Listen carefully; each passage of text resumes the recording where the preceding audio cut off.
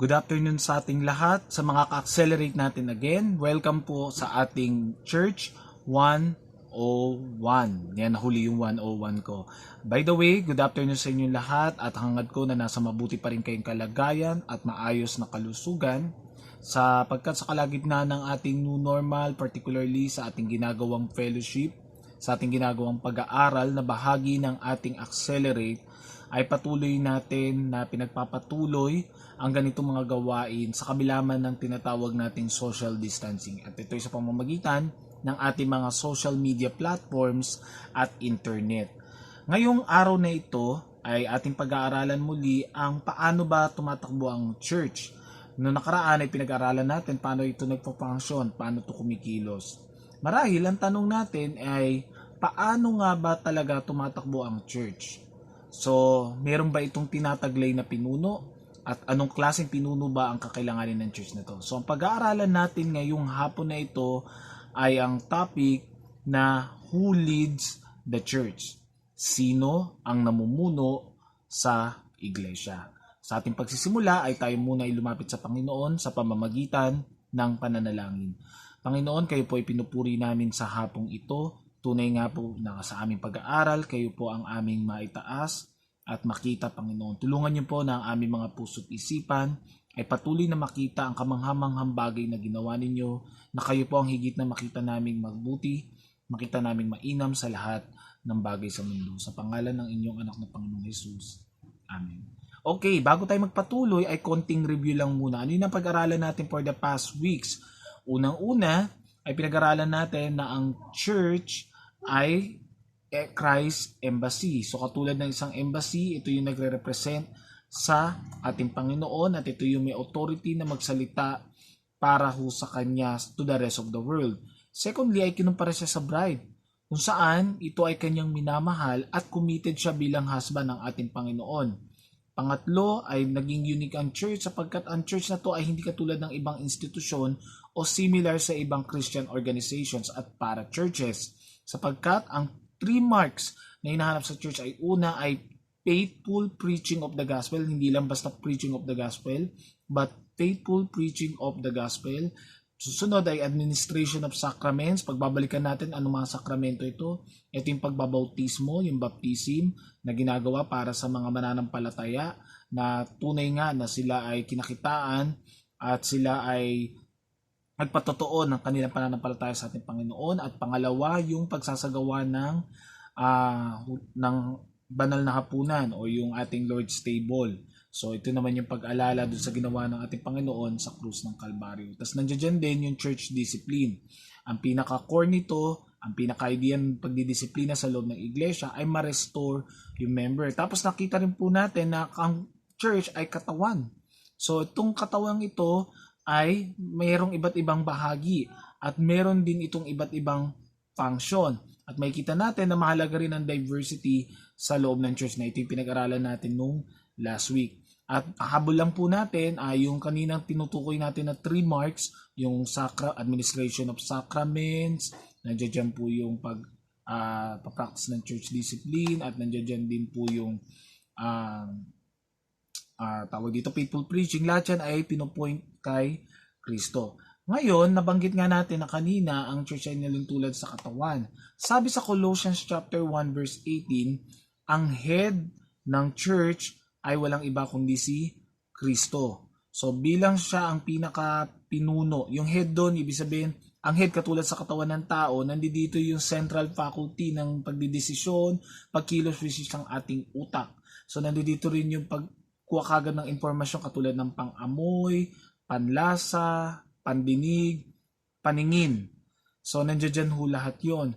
So ngayon, ang head ay ang ating Panginoon. So ultimately, Christ is the authority. He is the head. He is the one who runs the church. So lahat ng agenda sa loob ng iglesia ay hindi ito base sa talino lamang natin. No? Kung ito ay binabase ayon sa kagustuhan ni Kristo. At paano natin malalaman kung ano kagustuhan ni Kristo? Ito ay malalaman natin sa pamagitan ng Biblia. Pero ngayon, kung si Kristo ang head, siya ang pinuno, bakit may mga nakikita tayong leaders sa church? Katulad ng ating pastor, katulad ng mga youth leaders. Alam niyo po, kaya tayo may mga leaders na itinalaga ay sapagkat binigyan tayo ng modelo ng banal na kasulatan na ganito ang structure ng church. Meron tayong mga tinatawag na elders or deacons. Sa iba po, ang tawag ho nila sa kanilang pastor ay elders. Okay? Sa iba naman po, ang tawag ho nila ay ministers, no? Pero yan po ay binubuo po ng tinatawag nating elders at deacons. Mamaya i-define natin, no? Ano ba yung elders or pastors or deacons. Para malaman natin yan muli, pag mag-aaral tayo, buksan nyo ang inyong mga Biblia. Gamitin nyo po ito sa 1 Timothy chapter 3, verse 1 to 13. Buksan po uli natin sa 1 Timothy chapter 3, verses 1 to 13. Okay, babasahin ko na po ito. Sundan nyo lamang ng inyong mga paningin.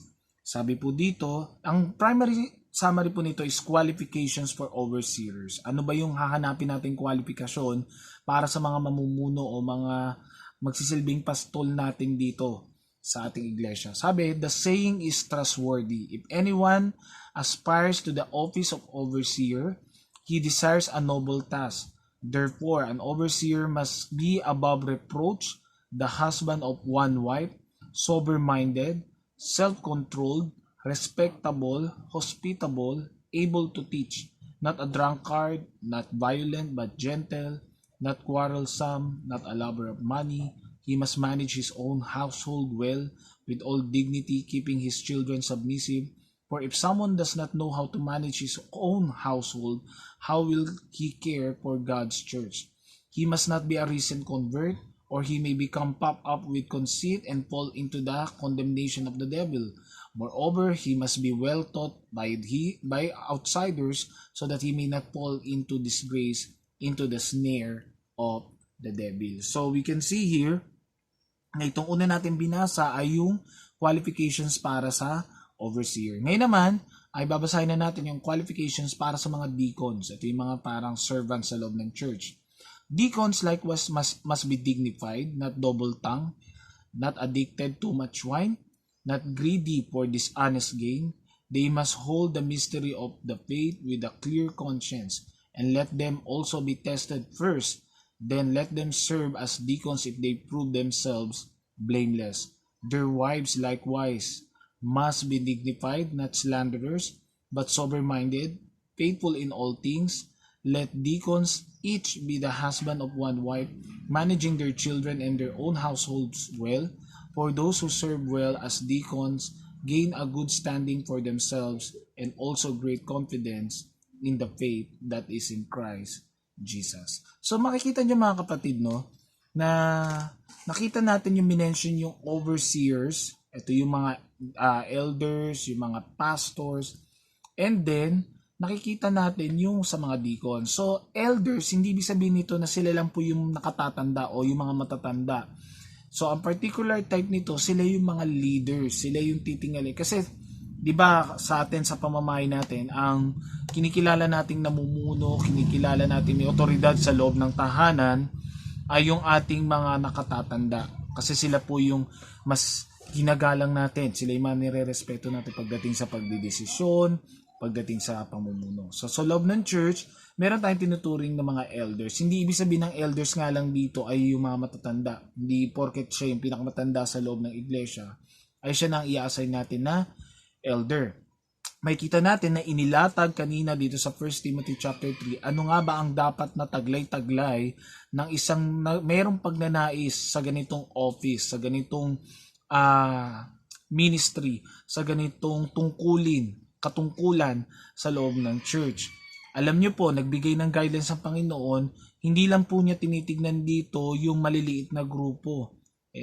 Tinitignan niya po yung pwede sa mga malalaki, pwede sa mga simple hanggang sa pinakamayayaman na church. Baka po kasi may mga naghahangad lamang na maging pastor, maghahangad nga lang na maging overseer para lang po kumita ng pera, para lang po magkamit ng katanyagan, ng popularidad, no? Binabantayan ho tayo ng Panginoon. Meron siyang itinalagang mga guidelines, meron siyang itinalaga na simple na pwede nating tignan bilang batayan ng mamumuno sa church. Una, ang nakita nating kwalifikasyon, ang elder ay dapat is someone who is able to teach. Ito yung merong kapasidad mayroong kakayanan na siya ay makapagturo. Natatandaan ho natin na isa ho sa marks ng church ay yung faithful preaching ng gospels. At nandiyan din uli yung part ng pagdidisiplina. So part ng responsibility niya is makapagturo.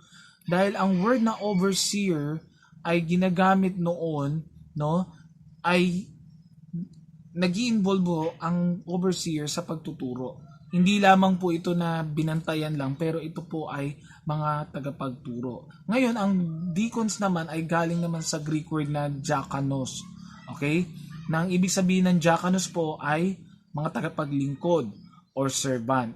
So, iba-iba ho sila nakaparaan ng paano sila maglilingkod. Sa ating church, no, mapapansin nyo, Kuya Erwin, bakit sa Aletheia Community Christian Church parang wala tayong mga tinatawag na deacon? Totoo naman po yung wala, pero may mga ministry sa church katulad po nung, kasi dahil maliit pa lang naman po yung church ho natin. Ang deacons kasi parang ito yung mga assistant do sa pastors, no?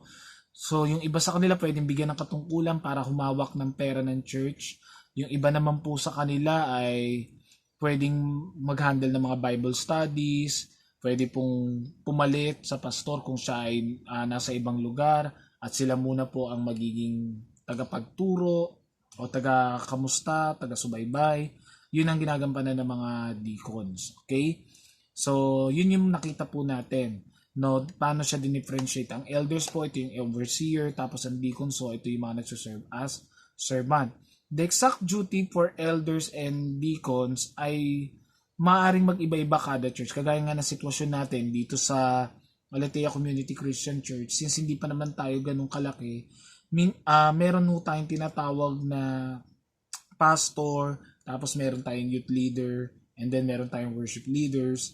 At the same time, ay meron tayong mga na volunteers na naglilingkod sa church. We have the church auditor, we have the church treasurer, na sila po yung tinalaga or pinagkatiwalaan sa larangan ng pananalapi. Okay? So, ano po nakita natin o ano napansin nyo dun sa mga kwalifikasyon na binasa natin kanina? Okay, una natin mapapansin, no, ay hindi po tumitingin sa talento, hindi po tumitingin sa itsura. Di sinabi na lahat ng magpapastor, lahat ng balak magpastor ay kailangan pogi o kailangan may buhok o kailangan ay matipuno. Okay, walang sinabi pong ganon. At hindi rin sinabi doon na kailangan talented, sobrang galing magsalita, kailangan yung pastor nakakakanta para kapag walang worship leader, siya na rin yung kakanta. Wala akong binanggit ho na ganon. Pero ang focus ho ay sa karakter ng officer, sa ugali, no, sa karakter, sa pagkatao, no, sa pagkatao ng mamumuno or ng isang aspirant. Tapos makikita ho natin na isa ho sa importanteng katangian na dapat taglay-taglay nito ay yung godly management ng kanilang pamilya. Ibig sabihin, makikita ho natin, no, na hindi lang tumitingin ho ito sa pwede nilang gawin sa church. Pagkos titingnan din yung background nila sa loob mismo ng kanilang mga tahanan. So napakahalaga ho na makikita natin yung integrity ng kanyang pamumuno. Hindi lang kasi maaring magaling siya sa labas, sa katulad ng simbahan na iglesia, pero sa loob mismo ng kanyang tahanan ay marahil hindi maganda ang kanyang patotoo o hindi niya na-exercise ang pamumuno kasi itong katungkulang ito ay nangangailangan din ng katalinuhan at the same time ng experience o meron siyang talagang kasanayan sa pamumuno na pwede niyang i-display at pwede niya itong mapagana sa loob mismo ng kanyang church. So, alam niyo po ano pwede natin maging application dito sa narinig natin na may qualifications na binigay ang ating Panginoon patungkol sa paano i-handle or i-manage ang church. Unang-una ay tayo magpasalamat sa Panginoon sapagkat siya mismo nagbigay ng ganitong instructions kung paano tayo nagkaroon ng mga leaders sa church katulad ng ating pastor. So makikita natin na inaalagaan ng Panginoon ng kanyang church na ayaw niya itong mabahiran ng anumang hindi maganda na makadungis sa pangalan ng kanyang church kasi nga ito yung kanyang embassy, kaya malinaw pong ibinigay yung kanyang mga requirements. Makikita natin dito na hindi po dapat lasinggero, yung drunkard. Yung lasinggero doon, hindi naman ako lasinggero, pero ang tinutukoy po doon yung maaaring mga nagiging alipin ka ng passions ng mundong ito. Marahil hindi ka nga lasinggero pero ikaw alipin sa pagsusugal, alipin sa mga hindi magagandang salita, alipin sa mga hindi magagandang palabas o panoorin, ang iyong mata ay palagi ang nagkakasala. O di kaya ay ikaw ay may taglay-taglay matinding pagkamuhi sa iyong kapwa at pwede mong gamitin ang pulpito, pwede mong gamitin ang iglesia para ito ay magamit mo upang magalit ka sa isang tao. Nagkakamali po tayo at hindi natin dapat payagan ang ganitong mga klaseng mga pagkatao sa loob ng pamumuno ng iglesia dahil napakalagang katungkulan po ito. At makikita po natin ito no na kanina po ay hinalin ang tanong siguro na marahil sa inyo, Kuya Erwin, wala namang sinabi dito sa binasa natin kanina na kailangan po ay na lalaki lang ang magiging church kasi ito nagiging issue na to yung mga gender equality na tinatawag mga kapatid. Kuya Erwin, pwede pa tayo magkaroon ng babae na elder o babaeng pastora. Tandaan niyo po, yung binasa natin kanina ay lagi sinasabing ganitong salita, one wife. Okay? Hindi naman sinabing one husband. Ibig sabihin nito ay talagang tinitingnan ho bilang lalaki ang mamumuno kasi nagbigay ho ng istruktura ang Panginoon. Kung ang isang tahanan ay dapat pinamumunuan ng ama ng isang lalaki ay katulad din ho ng church kung paano po ang isang lalaki ay namumuno sa kanyang pamilya ay lalaki rin po ang namumuno sa church. Okay? Kaya hindi po tayo sumasang-ayon sa atin sa loob po ng ating kongregasyon, sa ating denominasyon na may babae hong magsasalita, no? Na may babae hong magkakaroon ng pagkakataon na mamuno sa loob ng iglesia o yung magpapastor. Pero kung sa mga Bible studies ho, no, wala naman pong problema kasi may na-encounter kayo sa mga discipleship groups, may mga nagsasalita tayong babae, sila yung nag-share, wala naman pong masama po doon. Sapagkat yun naman po talaga ay bahagi din po ng pagpapalakasan. Pero as a church as a whole, yung mamumuno ho, yung pastor, wala tayong tinatawag na pastora. Okay? Tanging lamang po, lalaki lamang po ang inahayaan nating mamuno. Okay? Ngayon po, ay makikita natin anong benepisyo ba ng pagkakaroon. Pwede naman kumilos ang church. Sabi naman natin, ang church ay grupo lang naman ng mga mananampalataya. Ano bang pakinabang? Ano bang kahalagahan na meron tayo mga deacons at meron tayong mga elders? So, dyan po natin makikita sa Hebrews chapter 13, verse 17. Sabi po sa Hebrews chapter 13 verse 17, obey your leaders and submit to them, for they are keeping watch over your souls as those who will have to give an account. Let them do this with joy and not with groaning, for that would be of no advantage to you. Nakita natin yung salitang keeping watch over our souls. So, those who will have to give an account. This means na accountable sa Panginoon itong mga taong ito. No? Kami, kung kami ay tumatayong leader nyo, yung ating pastor, no? Accountable sila kasi sila yung tumatayong pastol. Dito, kumbaga, kung ikaw ay pinagkatiwalaan ng may-ari ng lupain na alagaan ng kanyang mga tupa, kanyang mga tupa, ikaw ang mananagot kung may mangyaring masama dyan o maligaw yan. So, ganun din ang ating mga leaders, no? Sila po ay may taglay-taglay na pananagutan sa harapan ng ating Panginoon. Na hindi lang sila accountable dun sa authority nila na i-practice nila yung pamumuno nila, but bagkus ay accountable sila for every soul. Kada nagpipreach, kada may lumalabas sa bibig nila, especially pagdating sa katuruan ng Panginoon, sila po ay accountable. No, kung may darating na araw ang isa sa atin ay may pagkakataong magbahagi ng salita ng Panginoon, ay tayo po ay may accountable sa harapan ng Diyos. Mas mabigat pa nga ito sapagkat tayo ay nagtuturo, kaya mas matindi ang accountability po sa atin. Ngayon, sila rin po ang responsible para pakainin tayo ng salita ng Panginoon at i-protect din tayo spiritually. Ngayon bilang application, ito na mga kapatid, ito na, nalaman natin na ang elders pala ay sila pala yung taga-overseer. Kaya pala overseer kasi kailangan pala o sila pala yung aasahan natin mga ngalaga in terms of our spiritual faculties o yung bahaging spiritual ng ating buhay. Kapag hindi lang ito bahagi, ito ay bahagi ng pagkatao natin, ang ating espiritu at mahalaga na ito ay pinapakain natin at ito ay ating pinangangalagaan. So, ngayon, nalaman natin to bilang mga miyembro, ang aplikasyon natin dito is to submit and obey our leaders. Ibig sabihin, kung pinapangalagaan tayo ng mga leaders na to at sila ay may pananagutan, may katungkulan na gawin ito, nararapat lang na magpasakop tayo. Kuwari, sinabihan ka na ating pastor na, kapatid, ikaw ay dumalo sa ating gawain kasi kailangan natin magpalakasan. Ikaw naman ayaw mo sumunod. Bakit ako susunod sa'yo, pastor? Pastor ka lang naman. Minsan may mga ganun na kaisipan, no, na ang turing nila sa pastor ay parang kala mo napakababang trabaho, napakababang tungkulin. Hindi niyo po ba alam na napakalaking gawain po ng hinahawakan ng mga kapastoran, ng mga tagapamuno? So, kailangan natin sumunod. At syempre, kung hindi ka pa miyembro ng church, ay kailangan magkaroon ka ng membership. Kasi bahagi ng membership ay hindi lang po yung benefits, kundi yung pananagutan mo bilang miyembro. At merong responsibilidad ang elder na pangalagaan ng kanyang mga miyembro, ang kanyang pamilya sa loob ng church. So, bakit kailangan natin ng pagpapastol? Kailangan natin ng shepherding at protection. Alam niyo po kung bakit? Kasi nalaman niyo po na ang church ay inalagaan ng Panginoon, even the gates of hell shall not prevail against it. Pero hindi tayo safe sa danger ng sanlibutan sapagkat namubuhay pa rin tayo sa mundo makasalanan at pwede tayong ilayo nito at alisin ito mula sa init ng baga sa loob ng kanyang iglesia. Kaya ultimately, kailangan natin ng ating mga leaders sapagkat sila yung tumatayong shadow ni Kristo, sila yung tumatayong model ni Kristo. Kung paano natin nakikita ang sakripisyo, yung pangangalaga, yung care ng ating mga leaders, ay ito yung pagpapakita ng pangangalaga rin ni Kristo para sa kanyang mga tupa.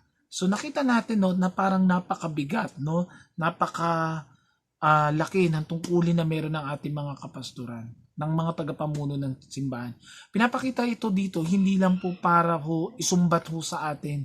Pinapakita po yan para makita natin ang kahalagaan nito, na meron tayong accountability, na meron pala akong pwede mapagsabihan, na hindi pala yung pagiging church member ay magmukha akong mabait sa harapan ng aking pastor, na tipong pagtatanungin ako kung okay ako, ay kailangan okay ang isagot ko. Pero pwede rin pala ako na maging honest sa harapan ng aking leader, sa harapan ng aking pastor, para kung may problema ako ay pwede akong i-deal. Alam niyo mga kapatid, yung iba kasi akala nila ipahihiya sila o magiging source to ng kahihiyan nila kung sila man ay magbabanggit ng kanilang pagkakamali, kasalanan o kahinaan, ay nagkakamali po tayo. Kung gusto niyo pong tunay kayo matulungan ng inyong mga leaders or pastors, huwag kayo mayang lumapit sa kanila at makipanalalingan kasama po nila. Okay po ba yun mga kapatid? Kasi po kailangan po natin na magkaroon ng pagpapalakasan. Dahil sapagkat kami mga leaders at lalo ng ating pastor ay may pananagutan po sa bawat isa. Kaya po marapat lamang na tayo po ay nagtutulungan. Sabi sa Hebrews chapter 13 verse 17 ay kailangan natin mag-submit at mag-obey sa ating mga leaders. So ano nga ba ang kahulugan ng pagsasubmit at obey sa ating leaders? So yun nga po, ay i-honor natin sila na kung sila po ay nagbigay sa atin ng mga nagbigay ho sa atin ng mga pwede nating gawin o nagpanukala sila, ay marapat po nating itong sundin. At bilang mga miyembro naman, ay binibigyan tayo ng kalayaan na suriin din naman kung ito po ay naangkop ayon sa tinuturo din ng Biblia. Wala naman pong masama po doon. Huwag lang po darating sa pagkakataon na babastusin po natin ng ating mga pinuno o darating sa pagkakataon na hihiyain natin sila. Kasi lahat naman po ay napag-uusapan. Lahat po ay nadadaan sa maayos na usapan. Sabi po sa 1 Timothy chapter 5 verse 17 ay dapat ino-honor natin ang ating leaders. Binibigyan ng respeto, ng paggalang.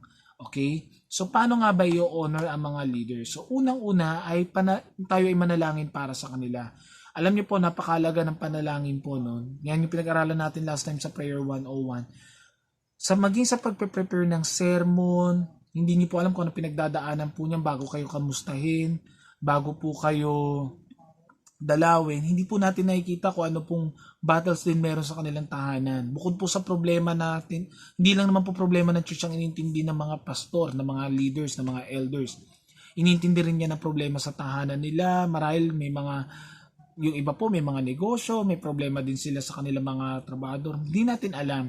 Kaya mga kapatid, dapat po ay tayo din po yung manalangin. Minsan po open po yung ating mga leaders kung ano po yung mga specific na pwede natin panalangin sa kanila. Pero obviously, dapat natin panalangin sa kanila, of course, yung kanilang kalusugan, of course, yung spirituality nila, nandiyan din yung preparation nila sa kanilang mga sermons, maging din yung pangangalaga sa kanila. Yan po yung mga pinapanalangin po natin. Maging si Apostol Paul, no, ilang beses din siya na humingi ng panalangin sa kanyang mga sinusulatan sa kanyang epistles, di ba? Susunod ay paano po natin sila i-honor? I-imitate natin sila kung paano sila namumuhay din na may kabanalan. Kaya nga po bilang mga leaders ay inaasahan na sila po magpapakita ng godly life, sila magpapakita ng paano nga ba mamuhay na may kabanalan at may pananampalataya sa ating Panginoon. At at the same time, sabi dito, paano rin tayo magkakaroon, ano yung magiging commitment naman natin, ano magiging tungkulin natin bilang mga miyembro sa ating mga leaders. Sabi po, we must bring charges against leaders when necessary. Okay, medyo mabigat to. Sabi sa 1 Timothy chapter 5, verse 18 to 19, basahin po natin.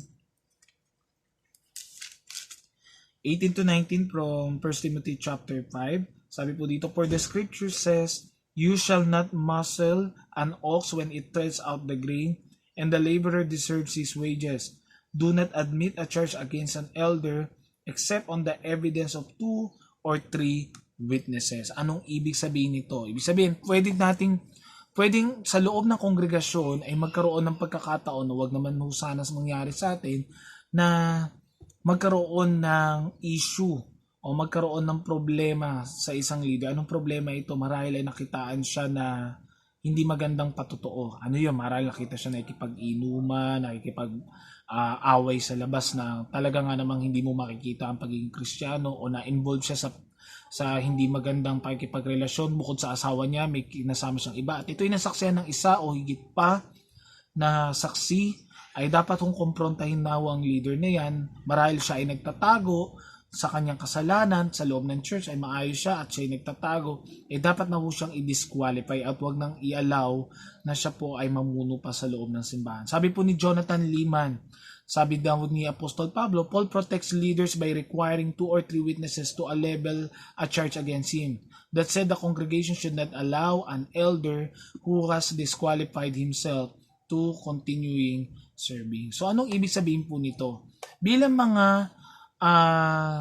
miyembro ay may katungkulan din tayo na, syempre dahil tumitingin tayo sa mga leaders natin, ay katungkulan din po natin na maging committed din kung may nakikita tayong pagkakamali. Hindi lamang po sa ating kapwa mananampalataya, kapwa miyembro, maging din po sa ating mga leaders po. Hindi po para tuligsain sila. Baka mamaya maging critic kayo, ay tutuligsain ko itong leader na to, hindi maganda ginagawa niya. Hindi po ganun, okay? So, dapat po ay maging matalino po tayo sa ganyang bagay. Pinapanalangin po natin. At the same time, tingnan din natin, baka mamaya may galit ka lang pala dun sa namumuno, meron ka lang tampo, meron ka lang inis, ibang issue ho yun. Baka hindi lang humaayos ang puso mo, kapatid, kaya may mga bagay kang ganyang naiisip sa iyong pinuno. So, napakaganda ng strukturong binigay ng Diyos. At bilang mga youth, mga kapatid, paano natin ito magiging kakaroon ng impact sa buhay natin?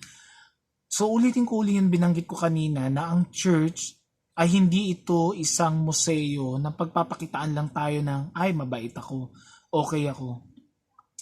Madalas, mga kapatid, sa mga tao lalo na nahuhulog na sa matinding pagkakasala, ang madalas na nangyayari is itago na nila ang kasalanan nila. I-resist na nila yung any corrections, tatanggalin na nila yung anumang pagpapaalala kasi nga ayaw na nilang maabala. Yung pala ayaw nilang maabala sa higit pang problema na kinahaharap nila.